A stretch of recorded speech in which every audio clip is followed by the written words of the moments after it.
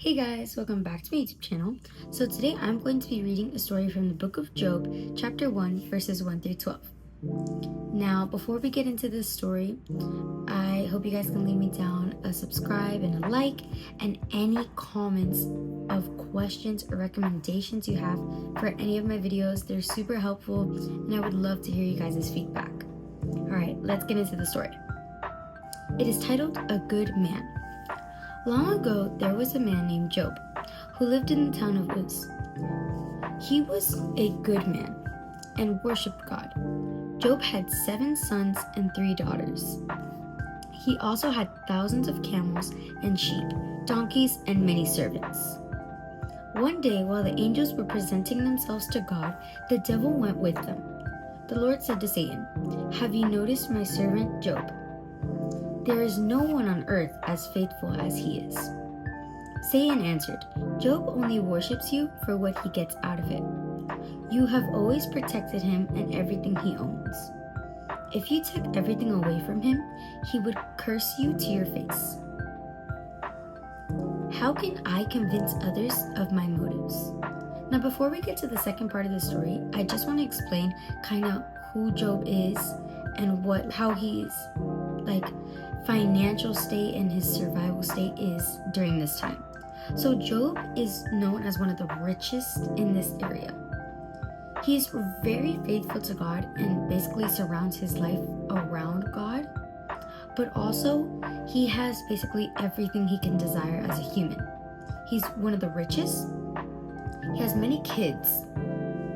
He has lots of camels, sheep, donkeys, and many servants and workers. So he doesn't work much, but he still does things and is still very faithful to God.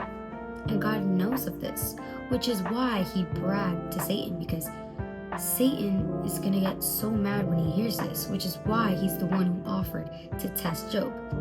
But God has no doubt that Job will pass whatever Satan is trying to throw in his face, which is why God allows Satan to test Job. And we're going to see how he tests him now. So the Lord allowed Satan to test Job, but to not hurt him physically. So that was the one command. You can test him however you want, but you cannot kill him. That was the one thing. First, he was raided of everything in his farms, and his animals were stolen, and his farmhands were all killed. Then all his sheep herds were burned. Then a third messenger came to just add on. 3 bands of raiders stole all your camels and killed all your servants. And lastly, the 4th messenger, which is the worst one, he told him how his sons and daughters were fasting at his oldest son's house, and how a powerful wind swept in from the wilderness and killed them all. Job heard all of this, and I think of the span of 30 minutes. Just messenger after messenger after messenger after messenger. They just brought everything on him. And it's a lot for a human to take in. You take in from you were raided, all your animals were stolen, your servants were killed, then your sheep herds were burned, then your camels, all your servants are killed again, and then your kids are dead. That's so much for Job to intake and to take in as just a human. But how Job reacts to it is he tears his robe, shaves his head, gets down on the ground, and worships the Lord. He worships the Lord because the Lord gave him all the things that he had and took it away. That's why he's worshiping him. He's not even getting mad. He didn't even show a sign of anger towards the Lord, and not even a sign of question or anything of, why is this happening to me? I'm your most faithful servant. Why are you doing this to me? Why is this happening? Nothing. All he did was worship.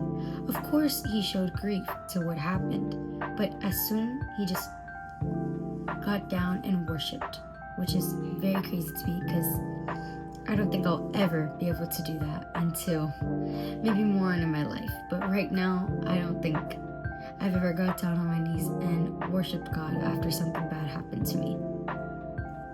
But after that, Satan wasn't done. He came again. And the Lord, again, bragged about Job on how he was so faithful, the most faithful, and just cared about God and loved him so much more than anybody else. Then Satan said, yeah, but it's because he's never struggled any health problems or anything. If I mess with his health and mess with his skin, he would definitely curse you to your face and turn away from you. So he came again, and again the rules were the same. You could do anything you wanted to Job, but you cannot kill him. So he decided to test Job's health. Satan gave him boils from his head to his feet. Head to feet, he had boils all over his skin. I cannot even imagine the pain Job felt when he had all those boils everywhere on his body from his head to his toes. And Job scraped his skin as he sat among ashes. And as his wife came and said to him, "Are you still trying to maintain your integrity? Just curse God and die already." So his wife really wasn't saying for him to die already, but to curse God already. She's like, just get it over with and let it go. He obviously doesn't care about you anymore. Even though you're his most faithful servant, he doesn't care anymore. Which is crazy that his wife told him that, because your wives are always supposed to be by your sides, or your husbands, your spouses are just always there for you. And during that time, he was going through that, and his wife was just like, just let it go. Just curse him and let him go, because he obviously doesn't care about you. But instead of agreeing with her, you know what he said? He said, "You talk like a foolish woman. Should we only accept good things from God and nothing bad?" Now, what he said about should we only accept good things and not bad, I think he made a great point, because we shouldn't only accept good things, because we're not always going to receive good things. And just because we receive bad things doesn't mean God wanted it to happen. God doesn't want to see bad things done to us. But just because you receive bad things doesn't mean you get mad at God for it. So don't think because you receive something bad, God's trying to punish you or curse you. Just help it make your faith stronger. As Job really did. It just showed even more how much of a better man and a very good man he is, and an amazing servant, and how loyal he is to God. It just proved more, which most likely made Satan even more angry. Because after all that, he still loved Jesus no matter what, and didn't show any sign of regret of his decisions on how he took the situation. Instead of getting mad at God, he didn't show any regret that he didn't get mad at God. He's obviously very proud of himself and knows that he is still one of God's most faithful servants, and that God still loves him truly, which is why he chose not to curse God and not to turn away from him, no matter what people were telling him around him. Now, as we finish the story, we are going to end with a verse. It is chapter 1, Peter, chapter 2, verse 12. Live such good lives among the pagans, that though they accuse you of doing wrong, they may see your good deeds and glorify God on the day he visits. Now, this Bible verse explains how it assures you to live good lives, as your good deeds will lead to people praising and worshiping God when he comes back at the end of time. Because they'll realize that they were wrong, and who you were following was the way and the truth of the light. So no matter what, just continue to do those good deeds, live a good life like Job did, be a good person, and be faithful and loyal to God as Job was. Because Job is one of the best inspirations that I can give you to live a good life, as he went through possibly the worst things anybody would have to go through in life, and didn't question God once. Not even once, and we question God almost every single day on anything. So I definitely think you should take Job's story into consideration and definitely read more about it in your free time.